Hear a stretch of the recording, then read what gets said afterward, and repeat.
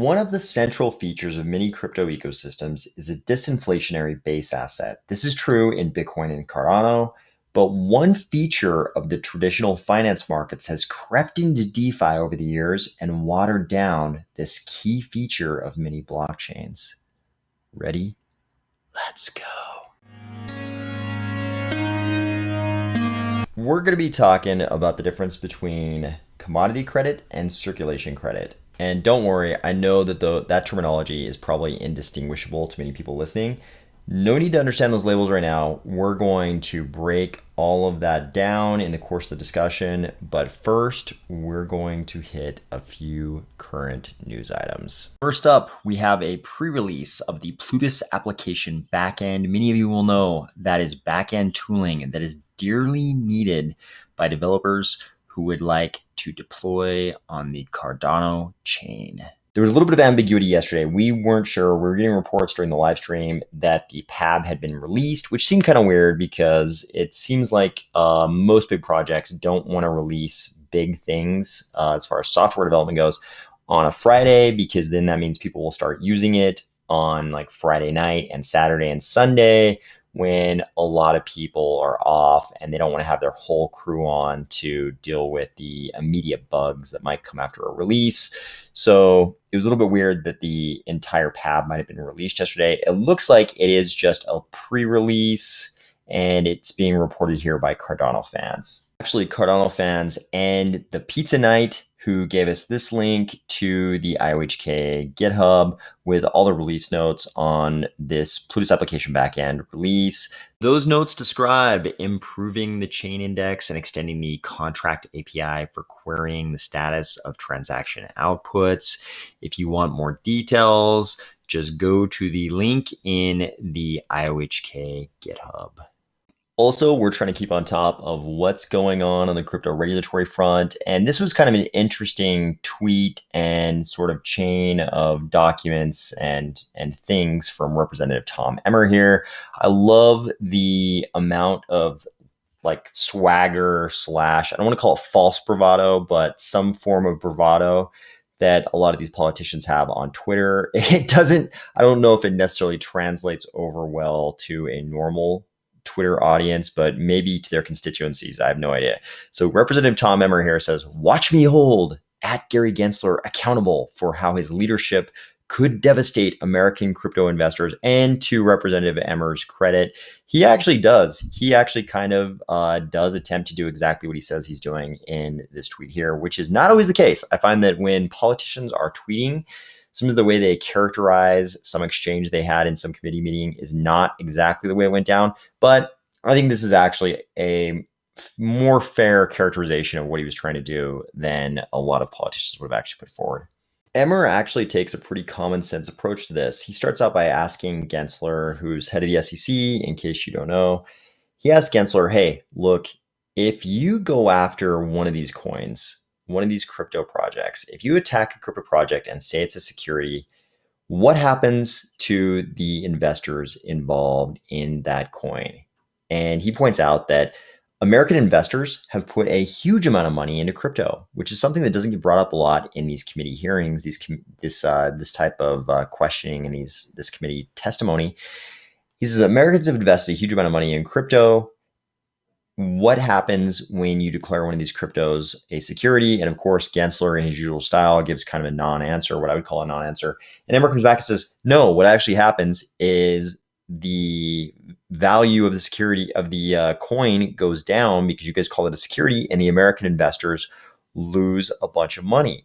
And he says, hey, the remit of the SEC is to protect the American investor. So when we've already got so many American investors invested in these crypto projects, how is it protecting these American investors for you to go after those projects and say they're a security? And I think he makes a pretty good point here.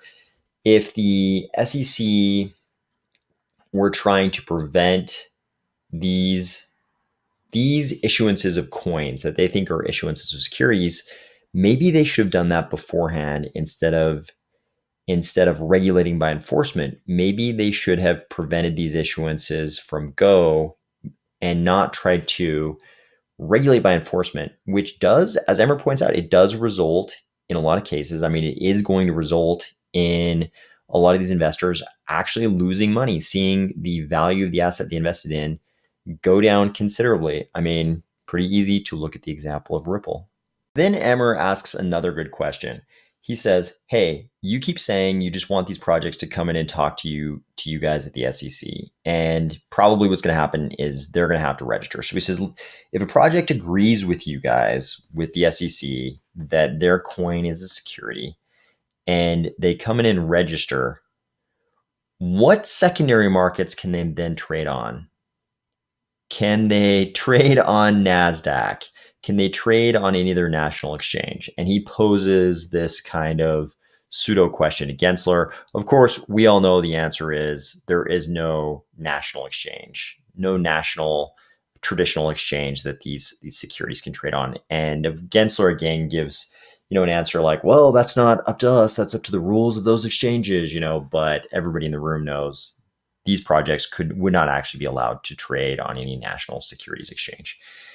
And Emmer makes a good point. Even if these projects did, it's a little bit of a straw man argument saying the project should come in and register when even if they come in and register, there's no registered exchange. We've got two different Securities Acts, right? The 33 Act, which is about securities, and the 34 Act, which is about securities exchanges. And just because a project comes in and registers a crypto project doesn't mean there's any registered exchange which they can actually trade on. And none of the crypto exchanges are registered exchanges. I really liked Emmer's point about the practical implications of the SEC's logic there. But then he revealed why he was making that point. It's because back in July, he introduced this legislation. This is what he calls the Securities Clarity Act. And I think it's well-intentioned, but I think it may not be the best way to tackle this. So his idea is that an individual project could comply with existing securities registration requirements or meet an exemption. So the whole deal in securities law, we've talked about it many times on this channel, is that you pretty much, if you're trying to issue a security, you pretty much have to register or find an exemption. And he's saying once you've done that, after meeting these requirements, innovative entrepreneurs may distribute their asset to the public without fear of additional regulatory burdens. These assets are actually commodities. And this is something he said to Gensler. He doesn't think that crypto assets are securities. He thinks most of them, the vast majority of them, are commodities, which is kind of a pretty interesting position to take. That would just push it under the CFTC, which doesn't really solve the problem also. But even this approach here, basically what he wants to do is separate the actual assets from the issuance. He says, okay, maybe the issuance of these assets creates an investment contract of some type, but the assets are just the object of the investment contract. And once you've satisfied the registration or exemption requirement, one of those two, then you're kind of off the hook. I mean, we're no longer going to consider those assets to be securities, and you can go ahead and distribute those to the public however you want. Which is kind of interesting because he does make that a very good point about the fact that there aren't any exchanges that are validly registered that would be able to trade these assets. But that first step, the securities registration or exemption, is a pretty big one. I don't think this is the right way to go about it because there are a lot of things that go along with securities registration or exemption. And a lot of them have to do with things like non-accredited investors being involved. So we get back to this problem. One of the beauties of the crypto space is that normal people like you and me largely have been able to invest in very early stage projects. If you go through all of the SEC registration requirements, which can be extremely costly, we haven't even addressed that part, but even if you are willing to shoulder the burden of those costs and you meet all the registration requirements, you still run into all these other securities requirements like the accredited investor requirements, which have always sort of prevented normal people from investing in these early stage projects. It's been this thing that's prevented normal people from playing on an equal footing with the very wealthy when it comes to early stage projects, including early stage technology projects. And I'm sure what he's envisioning here, because he says that they can After meeting these requirements, innovative entrepreneurs may distribute their assets to the public without fear of additional regulatory burdens. I mean, I think the better way to go about this is to say that crypto assets really are different than normal equity securities and other types of securities. The SEC's made it clear they have a whole laundry list of things that can be securities, and they're not all equity instruments. Many other types, including various types of debt and a whole myriad list of different types of investment contracts. But I think crypto assets are very different from all of these traditional types of assets. And really what we need is a brand new framework for regulating crypto and a brand new agency. We don't need the SEC and the CFTC and Treasury and all these other groups to slice up jurisdiction over crypto activities. What we need is a brand new agency. Instead of a Securities Exchange Commission, we need a crypto exchange commission. Crypto assets and exchanges commission, something like that. We need a brand new commission, brand new regulatory framework. We need to overhaul everything because the way crypto assets work is so different than the way these traditional assets work. We can't just piecemeal adapt the system to cryptos. We need a brand new framework. On to this issue about credit and debt in crypto. Caitlin Long wrote this article in Forbes back in the summer of 2018 when we were just seeing the rise of DeFi, when it was super obvious already that DeFi was going to be a really big deal in crypto. Caitlin Long was already worried about something creeping in from the traditional finance system that she knew would kind of cut against the whole point of crypto, really. In crypto, one of the most beautiful things is that we've got these blockchains like Bitcoin and Cardano, and we've got 21 million Bitcoin and we've got 45 billion Cardano, and the systems are deflationary. There's no central bank in Bitcoin or Cardano that can increase those numbers. They don't suddenly say, hey, it feels like we're in a bear market in Bitcoin. Let's just bump that up to 22 million. Let's go to 25 million. That doesn't happen in crypto. And that's part of why we're also attracted to crypto. The other important thing that maybe gets a little bit less press is the prevalence of self-custody in crypto and the ease by which you can exercise self-custody. So when you own Bitcoin, you pretty much own that Bitcoin. If you've got that Bitcoin or that Cardano in your wallet, if you've got Cardano and you're keeping it on your ledger, which is, I think, what you should do, or you're keeping it in your Roy or Daedalus, I strongly suggest hardware wallets. We've done many videos on that. But you keep that Cardano in your wallet and you actually have possession of it. You have full custody of those assets. This is what she refers to in this article as an equity-based asset. And that's in contrast to a debt-based asset, because you sort of, if we think about ownership, property ownership as a bundle of sticks, in this equities-based ownership, you kind of have the entire bundle. Stocks and a lot of traditional assets are the opposite. The possession of the asset kind of resides with the paper certificates. The paper certificates showing that there's ownership of a certain number of shares of a corporation or something.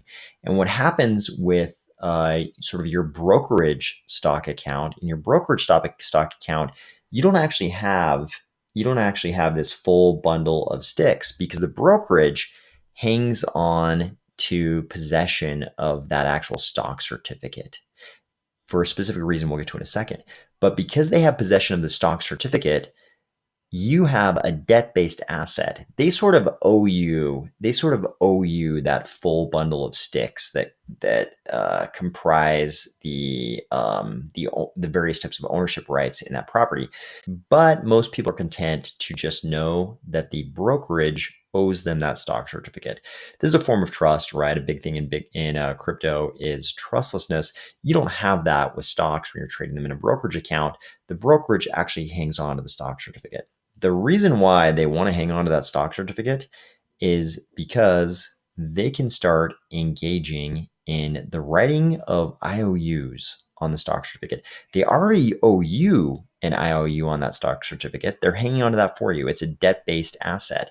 And the reason they want that to be a debt-based asset is so they can also lend that out to others. When someone takes a short position in pretty much any market, what they're doing is borrowing that asset. And those brokerages want to lend out that asset.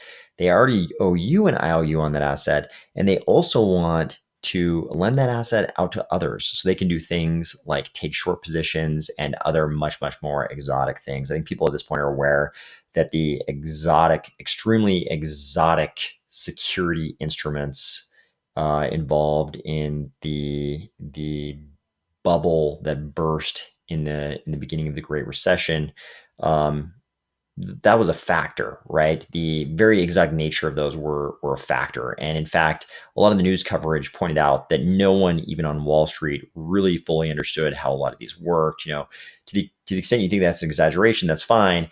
But the fact is, we get into this very, very exotic system where with securities, traditional securities like stocks, you have this writing of IOUs on top of IOUs on top of IOUs. And there's definitely a school of thought that believes when you start doing those kinds of things, you build up these giant bubbles and you have these giant crashes. And I'm putting words in her mouth here, but I think what Caitlin Long was pointing out in this article clear back in 2018 was that one of the beautiful things about Bitcoin is that we didn't have, in crypto in general, was that we didn't have that kind of writing of IOUs on top of IOUs on top of IOUs, because all of the hodlers actually had possession of their crypto. You kept it in your wallet, just like we keep our Cardano in our Yoroi wallet or our Daedalus wallet or whatever wallet you use. You actually have that crypto, and nobody else can really loan it out unless you send it to them. And in this article, she kind of implies that a danger to crypto would be Wall Street coming into crypto and creating that kind of debt-based asset, turning crypto, which is more of an equity-based asset, turning it into that kind of a debt-based asset. And that's where you get circulation credit.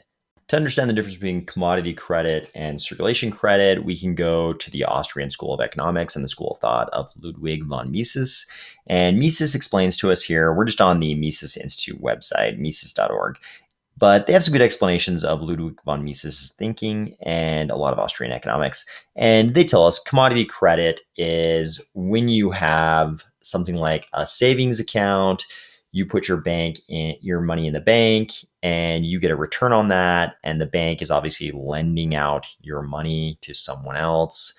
And that person is hopefully, for the betterment of the economy, using that to buy things like tools and machinery and sort of expand the sort of infrastructure of the economy so that more goods can be produced. You're like raising the GDP by allowing them to expand the tooling and machinery in the economy. Then you've got this other type of credit that they call circulation credit.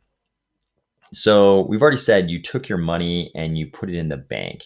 The problem is the bank could also take that money and they could start they could start lending that out to multiple people. They could start lending out that same amount of money to multiple people.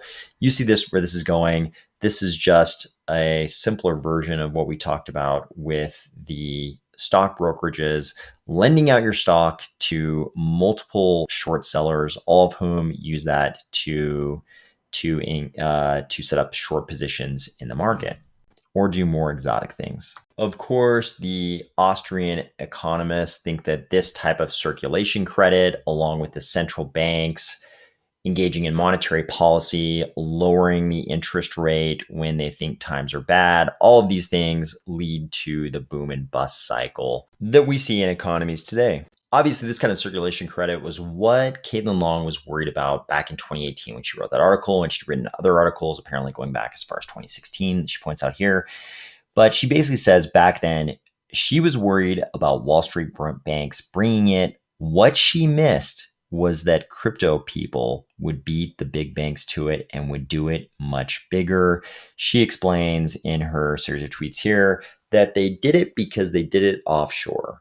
while onshore exchanges could only engage in leverage in futures trading of crypto of up to 2.5x. Offshore, they could do it at up to 125x. I was definitely around in those days when you had enormous leverage. You could engage in enormous leverage on exchanges like Bitfinex, which was offshore. And then she says later 20x. But the difference between 2.5x and 20x is still huge. She sums it all up pretty nicely here when she says, read your Mises. Understand the difference between commodity credit and circulation credit. Commodity credit is healthy, but circulation credit, which creates more paper claims to the asset than the true quantity of the asset that exists, is not. And trading markets are filled with circulation credit in many forms, just like traditional markets are. True hodlers will not only be just fine, they will win from all this by being there to scoop up the real on-chain Bitcoin, also any other deflationary crypto. When its price swoons from unhealthy trading market dynamics, nobody can make more than 21 million of those real on-chain Bitcoin after all, and that's what matters most. This applies equally to all deflationary cryptos, right? There will only ever be 45 billion Cardano.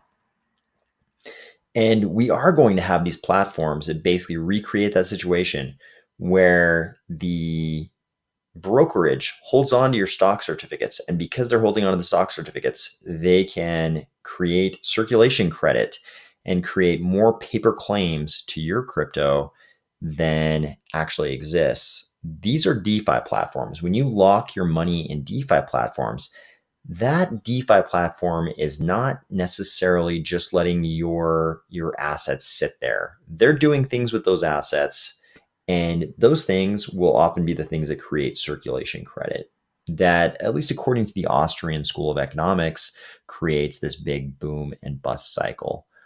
All of that goes away if you self-custody your crypto assets.